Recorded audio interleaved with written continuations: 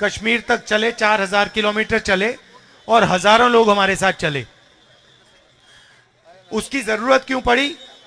क्योंकि जो मीडिया है वो 2-3 बड़े उद्योगपतियों के हाथ में है, वो पूरी की पूरी उनके कंट्रोल में है, तो जो जनता के मुद्दे हैं वो उठाते नहीं है।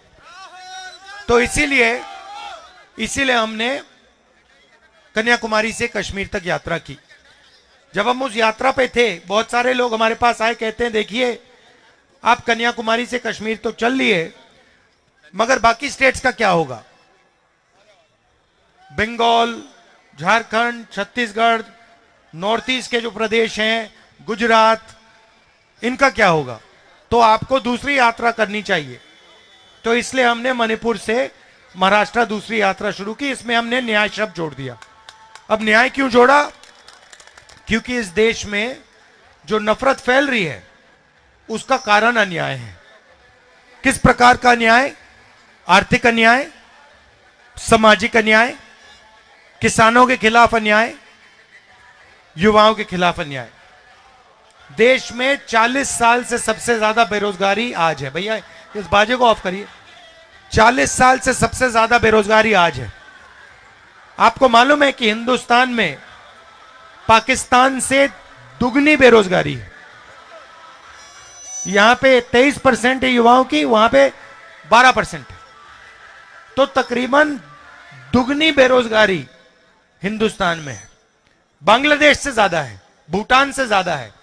क्यों? क्योंकि नरेंद्र मोदी जी ने जो छोटे उद्योग हैं, छोटे व्यापारी हैं, छोटे बिजनेसेस हैं, उन सब को खत्म कर दिया। कैसे? जीएसटी और नोटबंदी से। तो इससे भयंकर बेरोजगारी फैली है। दूसरा अन्याय सामाजिक अन्याय। इस देश में पिछड़े लोग कितने हैं? 50%। आदिवासी कितने हैं? 8%। दलित कितने हैं? 15%। कितना होता है? 73 होता है। अब आप देखो, मीडिया की बड़ी बड़ी कंपनी की लिस्ट निकालो, मालिकों की लिस्ट निकालो, 73% में से आपको वहां एक आदमी नहीं मिलेगा। मालिकों की लिस्ट में आपको एक कुशवाहा नहीं मिलेगा, एक माझी नहीं मिलेगा, एक यादव नहीं मिलेगा, एक दलित नहीं मिलेगा, एक आदिवासी नहीं मिलेगा। मीडिया के मालिकों की लिस्ट निकालो, 73% में से आपको एक आदमी वहां नहीं मिलेगा। 650 हाईकोर्ट के जज हैं हिंदुस्तान में। 73% आबादी के पास 100 हैं। ठीक है? हिंदुस्तान को 90 सबसे बड़े ब्यूरोक्रेट चलाते हैं, आईएएस अफसर। वो पूरे बजट को बांटते हैं। 73% आबादी के 3 ओबीसी, 3 दलित और 1 आदिवासी। और अगर आप बजट को देखें तो 6% बजट ये लोग देखते हैं। 73% जनता के अफसर 6% बजट को देखती है, 100 रुपए में से 6 रुपए। और फिर नरेंद्र मोदी जी कहते हैं मैं ओबीसी के लिए काम कर रहा हूं, मैं गरीबों के लिए काम कर रहा हूं। हमने जाति जनगणना की बात उठाई। हमने सिर्फ ये कहा, देखिए जैसे किसी को चोट लगती है, आपको कभी चोट लगी है, अस्पताल गए आप, पहला काम डॉक्टर ने क्या कहा? एक्सरे कराओ। कहा ना कि भैया हाथ टूटा है, लगता है हाथ टूटा है, एक्सरे कराओ। तो हमने कहा कि भैया हिंदुस्तान का एक्सरे करा देते हैं, जाति जनगणना करा देते हैं, पता लग जाएगा पिछड़े कितने, दलित कितने, आदिवासी कितने, गरीब कितने, कितना धन कितना किसके हाथों में है। अब इसका तो किसी को इतराज नहीं हो सकता, किसी को इतराज नहीं हो सकता कि हम कह रहे हैं भैया देश का एक्सरे कराओ, पता लगाओ धन किसके हाथ में है, पूरे के पूरे एसेट्स किसके हाथ में, अदानी के हाथ में कितना है, गरीब जनरल कास्ट के हाथ में कितना है, पिछड़ों के हाथ में कितना है, दलितों के हाथ में कितना है। नरेंद्र मोदी जी कहते हैं नहीं, हिंदुस्तान में तो कोई जात ही नहीं है, 2 ही जात है, एक गरीब है, एक अमीर है। अच्छा, अगर 2 ही जात है तो फिर आप ओबीसी कैसे हो गए? पहले आप कहते थे हम ओबीसी हैं, हम ओबीसी हैं, हम ओबीसी हैं। अब हमने एक्सरे की बात की, जाति जनगणना की बात की, आप कहते हो भैया इस देश में तो ओबीसी है ही नहीं, पिछड़े है ही नहीं। सिर्फ 2 जात हैं। क्यों? क्योंकि आप डरते हो, आप नहीं चाहते हो कि देश की सच्चाई 73% को पता लग जाए। प्राइवेट कॉलेजेस देख लीजिए, उनके मालिक देख लीजिए, 73% में आपको वहां एक नहीं मिलेगा। अस्पतालों के मालिक देख लीजिए, उधर 73% का आपको एक नहीं मिलेगा। तो कहा जाता है कि आपको भागीदारी दी जा रही है। नरेगा की लिस्ट निकालो भैया, डिस्टर्ब मत करो। नरेगा की लिस्ट निकालो आप, ठीक है, मजदूरों की लिस्ट निकालो, उसमें आपको 73% दिख जाएंगे। ये जो सड़क बनाते हैं इनकी लिस्ट निकालो, इनकी लिस्ट में आपको सब दिख जाएंगे। यहां आपको पिछड़े दिख जाएंगे, दलित दिख जाएंगे, आदिवासी दिख जाएंगे। तो मैं सिर्फ यह कह रहा हूं कि अगर मजदूरों की लिस्ट में 73% दिख सकते हैं तो बड़े बड़े उद्योगपतियों की लिस्ट में क्यों नहीं दिख सकते? स्कूल कॉलेज के लिस्ट के मालिक में क्यों नहीं दिख सकते? इन्होंने क्या गलती की है? इनमें क्या कमी है? और ये 73% है। इनको आपने कहा, पहले क्या होता था? पहले इनके लिए रास्ता बनता था। कैसे बनता था? पब्लिक सेक्टर हुआ करता था। आपको याद होगा, BHEL, HEL, ये सब कंपनियां थी, सरकारी नौकरियां लगती थी, इसमें इन लोगों का रास्ता बन जाता था। अब क्या कर रहे हैं? पूरा का पूरा प्राइवेटाइज कर रहे हैं। HL के जो कॉन्ट्रैक्ट है वो अदानी जी को दे रहे हैं। अग्निवीर योजना लागू कर दी। पहले युवा ट्रेनिंग करते थे, सुबह उठते थे, सेना में जाते थे, पेंशन मिलती थी, गांव में इज्जत मिलती थी, कैंटीन मिलती थी, शहीद हो जाता था, शहीद का दर्जा मिलता था, रिस्पेक्ट मिलती थी, आदर मिलता था। सब लोग कहते थे देखिए ये जवान था, ये शहीद हुआ, इसने अपने देश के लिए अपनी जान दी। अब अग्निवीरों को शहीद का दर्जा नहीं दे रहे, कैंटीन नहीं दे रहे, पेंशन नहीं दे रहे। तो 2 लड़कों को एक साथ खड़ा कर रहे हैं। एक को ट्रेनिंग मिलेगी, पूरी ट्रेनिंग मिलेगी, 4 में से एक को पूरी ट्रेनिंग मिलेगी और 3 को सही ट्रेनिंग भी नहीं मिलेगी, 6 महीने की ट्रेनिंग मिलेगी। अगर वो शहीद हो गया, अग्निवीर शहीद हो गया, उससे कहेंगे भैया, उसके परिवार से कहेंगे देखिए ये तो शहीद ही नहीं है, वो है शहीद, वो जो अग्निवीर नहीं है वो है शहीद। ये अग्निवीर तो शहीद ही नहीं हुआ, इसको ना हम कैंटीन देंगे, ना इसको पेंशन देंगे। तो ये सारे के सारे रास्ते एक के बाद एक 73% के लिए बंद किए जा रहे हैं। तो यही मैं आपके सामने रखना चाह रहा हूं। मेरे मुताबिक यह अन्याय है, आपके खिलाफ। इसलिए मैं आपके सामने यह बात रख रहा हूं कि अगर हमें देश को मजबूत करना है तो 73% जो आबादी है उनको कहीं ना कहीं तो रास्ता मिलना चाहिए। ठीक है, शायद मान लीजिए आप कहें कि भैया नहीं, राहुल गांधी गलत बोल रहा है, हमें हिंदुस्तान की सबसे बड़ी कंपनियों के मालिक नहीं बनना। पता नहीं आपको लगे, आप शायद ये सोचो, फिर आपको नहीं भैया हमें मीडिया के मालिकों की लिस्ट में हमें नहीं चाहिए, तो फिर होगा क्या? मैं बताता हूं आपको। आपका क्या मीडिया में कोई भी मुद्दा उठता है? कभी आपने देखा मीडिया में, कभी आपने देखा कि भाई किसानों की बात हो रही है, मजदूरों की बात हो रही है? कभी आपने देखा? क्यों नहीं? कभी आपने अपने आप से पूछा कि भाई मीडिया में हमारे बारे में बात क्यों नहीं करते? कभी पूछा आपने अपने आप से? आपका उसमें कोई आदमी है ही नहीं। आप रिपोर्टर है भैया, आपकी क्या चलती, कहां चलती है? नहीं, आप बीबीसी में काम करें मगर आपकी थोड़ी चलती है।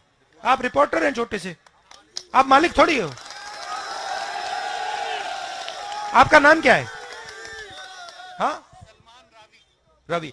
आप रावी, हाँ, आप मुझे बताओ, आपने बीबीसी में अग्निवीरों की बात की? अच्छा, और बीबीसी अदानी की कंपनी है क्या? किसकी है?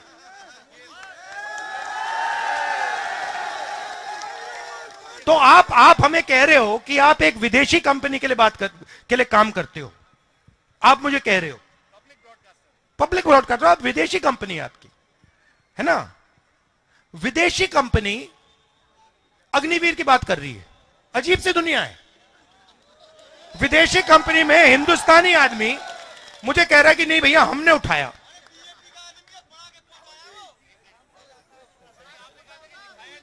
नहीं नहीं नहीं, आप विदेशी कंपनी, हाँ करता है बीजेपी का। ये बीजेपी का कार्यकर्ता नहीं होगा ये।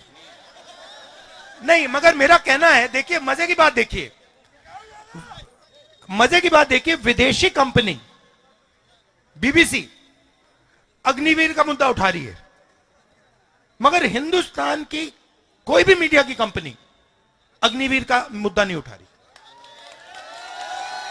क्यों? क्योंकि हिंदुस्तान की कंपनियां अदानी जी जैसे 2-3 उद्योगपति के हाथ में है।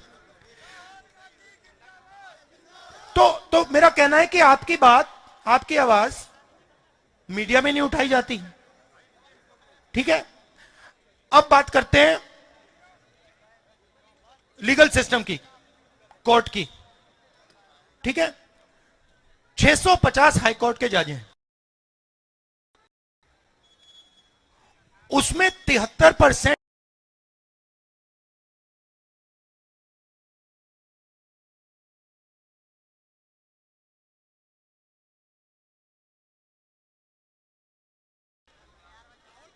ठीक है, ठहर जाइए, ठहर जाइए, ठहर जाइए। तो मेरा सिर्फ ये कहना है, मेरा सिर्फ ये कहना है कि अगर आप लोग मजदूरों की लिस्ट में हो सकते हो,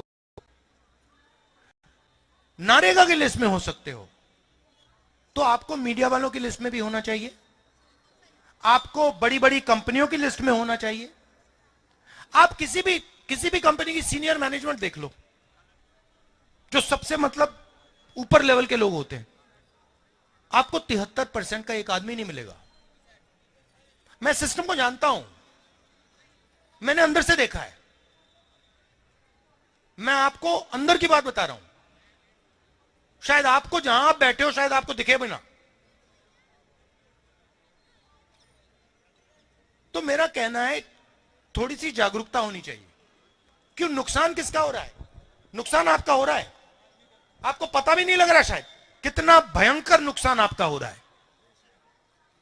देश का नुकसान हो रहा है। आप कौन हो? आप देश हो। अगर आप 73% हो तो आप देश के 73% हो, और क्या? अब क्या होता है, बीजेपी के लोग कहते हैं भारत माता की जय। सुना होगा आपने, भारत माता की जय, है ना? तो ये भारत माता है क्या? आप ही हो ना? तो अगर मैं कह रहा हूं कि भैया अगर आप भारत माता की जय कर रहे हो, तो 73% की जय क्यों नहीं कर रहे हो? 73% की जय करो ना। आप कहते हो भारत माता की जय, ठीक है, बहुत अच्छी बात है, मैं भी कहता हूं भारत माता की जय। तो ये जो 73% लोग हैं, ये जो भारत माता के 73% है, इनको भी कुछ दे दो। तो बस मैं यही कह रहा हूं, और इसलिए हमने भारत जोड़ो यात्रा में न्याय जोड़ दिया। अब किसानों के बारे में बोलता हूं। किसानों की लिस्ट निकालो, उसमें सीधा आपको दिखेगा कि 73% किसानों के दलित, आदिवासी, पिछड़े वर्ग के लोग होंगे, और उसमें थोड़े से जनरल कास्ट के गरीब लोग होंगे, अगर आपने लिस्ट निकाली। अब जो 200 सबसे बड़े अरबपति हैं, पिछले 10 साल में बीजेपी की सरकार ने 16 लाख करोड़ रुपए उनका माफ किया है। 16 लाख करोड़ रुपया। आप 16 लाख करोड़ रुपया समझते हो कितना है? कितना होता है? क्योंकि ऐसा इतना बड़ा नंबर है, आप कहोगे यार ये है क्या, कितना बड़ा नंबर क्या है? तो 16 लाख कितना है बताओ? कोई अंदाजा लगाओ। अच्छा मैं आपको बताता हूं, एक साल में मनरेगा को चलाने के लिए, एक साल में मनरेगा को चलाने के लिए तकरीबन 65,000 करोड़ रुपए लगते हैं। ठीक है, 65,000 एक साल के मनरेगा के लिए। तो 16 लाख करोड़, अब आप समझ गए ना? मतलब 20 साल का नरेगा का पैसा, राइट? अब 16 लाख करोड़ रुपए नरेंद्र मोदी जी ने दे दिया। अब कर्जा माफ करके दिया, मतलब इन उद्योगपतियों ने कर्जा लिया था किससे? सरकारी बैंक से। पैसा कहां से आया? पैसा कहां से आया? नहीं, जीएसटी से, आपके जेब से। तो ये पैसा किसका है? आपका है। जब आपने ये जैकेट खरीदा, आपने 18% जीएसटी दी। अदानी यही जैकेट खरीदेगा, वो भी 18% देगा। जितनी आप दोगे उतनी वो देता है। तो पैसा किसका है? 73% का है, गरीब जनरल कास्ट का है। उसमें से 16 लाख करोड़ रुपए नरेंद्र मोदी ने उनको दे दिए। किसानों का कितना कर्जा माफ किया? एक भी नहीं। तो मैंने सिर्फ यह बात बोली कि भैया अगर आप इनका 16 लाख करोड़ माफ कर सकते हो तो इनका भी 1 लाख करोड़ माफ कर दो। उसमें क्या मतलब, क्या बड़ी गलती है? नहीं, पार्लियामेंट में जवाब आता है, पार्लियामेंट में जवाब आता है राहुल जी, हम किसानों की आदत नहीं बिगाड़ना चाहते। अच्छा, तो किसानों की आदत नहीं बिगाड़ना चाहते मगर अदानी की आदत बिगाड़ना चाहते हो। तो मतलब किसान ने क्या गलती की? और ये किसान है कौन? ये 73% है। अब आपने देखा होगा वहां पे हरियाणा पंजाब में सड़क को ब्लॉक कर दिया है, देखा आपने? वहां पे कीलें गाड़ रखी हैं। अब क्यों गाड़ रखी है मैं आपको बताता हूं। क्योंकि किसान कह रहा है कि देखिए भैया, हमें अनाज के लिए, धान के लिए मिनिमम प्राइस चाहिए। ठीक है, जैसे आप चिप्स का पैकेट खरीदते हो, उस पर दाम लिखा होता है ना, आपने देखा होगा। आपने कभी ये कैमरा खरीदा, उसके पीछे दाम लिखा होता है ना, कि भैया इससे कम का नहीं बेच सकते। पानी की बोतल पे होता है। तो किसान यही कह रहा है, भैया देखो, सब लोगों के प्रोडक्ट पे लिखा होता है भैया इससे कम क्या नहीं बेच सकते, हमें भी दे दो, हमें भी ये मौका दे दो कि भैया हमें भी कम से कम दाम मिल जाए। नरेंद्र मोदी कहते नहीं देंगे, नहीं देंगे हम तुम्हें। अब मतलब क्या गलती है उसकी? वो 24 घंटा वहां काम कर रहा है, खून दे रहा है, पसीना दे रहा है, एक प्रकार से तपस्या कर रहा है, देश के लिए तपस्या कर रहा है। और आप उसको कह रहे हो नहीं भैया, जो चिप्स बनाता है उसको हम सही दाम दिलवाएंगे, जो कोका कोला बेचता है उसको सही दाम दिलवाएंगे, जो फोन बेचता है उसको सही दाम दिलवाएंगे, मगर जो देश की नींव है उसको हम सही दाम नहीं देंगे। क्यों? मगर ये मुद्दे जो है ना, ये आपको मीडिया में नहीं दिखेंगे। आप देख लेना, ये बीबीसी वाले चले गए।